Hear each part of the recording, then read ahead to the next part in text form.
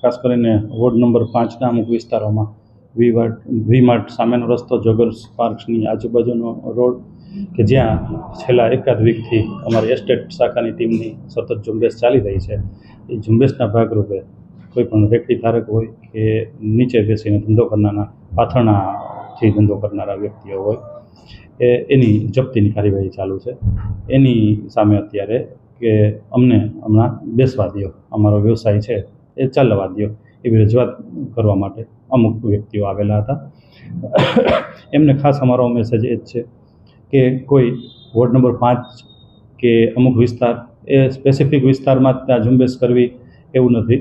સમગ્ર જામનગરમાં જેટલી માનવબળ છે, એસ્ટેટ પાસે જેટલી સંખ્યામાં સોર્સિસ છે, એનાથી સમગ્ર જામનગરમાં ખાસ કરીને મુખ્ય રસ્તાઓ પર હોય કે જે ટ્રાફિકને અડચણરૂપ થતા હોય એ તમામ રસ્તાઓ પર આમની સતત જે વોચ છે અને જપ્તી છે એ ચાલુ હોય છે. એના ભાગરૂપે અત્યારે આમાં પણ ચાલુ છે.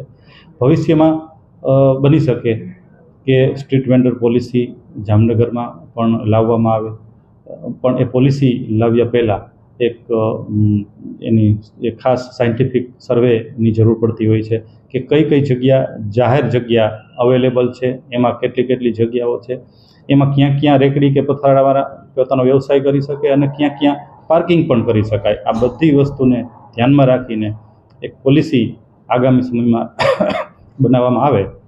એ પોલિસી પછી જેટલી અવેલેબલ જગ્યાઓ હોય, જે ખુલ્લા રોડ ઉપરની જગ્યાઓ હોય કે કોઈ સ્પેસિફિક પ્લોટના સ્વરૂપે પણ જગ્યા હોઈ શકે, અને એમાં પણ ઝોન ટાઈમ સેશન અનુસાર ક્યારે કયા લોકો વ્યવસાય કરે, આ બધું સાયન્ટિફિક સર્વેના અંતે આ પોલિસી બનાવવામાં આવે, સ્ટ્રીટ વેન્ડર પોલિસી, ત્યારે આ બહાર પડી શકે. પણ જ્યાં સુધી પોલિસી બહાર ન પડે ત્યાં સુધી જેમ લારી વ્યવસાયવાળા છે એ પોતાનો વ્યવસાય ચલાવતા હોય છે, પણ સાથે એ ટ્રાફિકમાં પણ અડચણરૂપ થતા હોય છે અને જામનગરની વસ્તી પણ ધીમે સતત વધતી હોય છે. અત્યારે આપણે 8 લાખ જેટલી વસ્તી છે.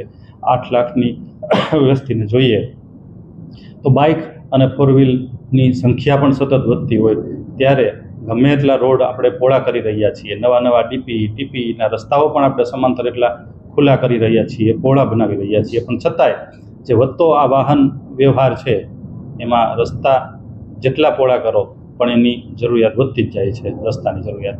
અને જો એમાંય તે સાથે વાહન વ્યવહારને અડચણરૂપ થાય એવા લારી કે પાથરણાવાળા હોય તો કાયદો વ્યવસ્થા અને વ્યવસ્થાપન ન જાળવી શકાય. એટલે એસ્ટેટની ટીમને આપણે અત્યારે કામે લગાડી લઈએ છીએ, સતત કામે હોય જ છે, પણ અત્યારે આ ઝુંબેશ આ વિસ્તારમાં ચાલી રહ્યો છે. એટલે હું પણ ખાસ જામનગરમાં જે આ વ્યવસાય સાથે સંકળાયેલા લોકો છે એને જાહેર અપીલ કરું છું કે પોતે અડચણરૂપ ન થાય એવી રીતે વેપાર કરવો જોઈએ, અથવા જ્યારે આ પોલિસી અમલમાં આવે વ્યવસાયકારો માટે ત્યારે એમાં એમને જો ફાળવણી થવાની થાય તો ત્યારે પોતાનો વ્યવસાય કરી શકે છે. હાલમાં આ બધી કોર્પોરેશનની જવાબદારીઓ છે, એના ભાગરૂપે એસ્ટેટની ટીમ કાર્યવાહી કરે છે, એમાં સાથ સહકાર આપે.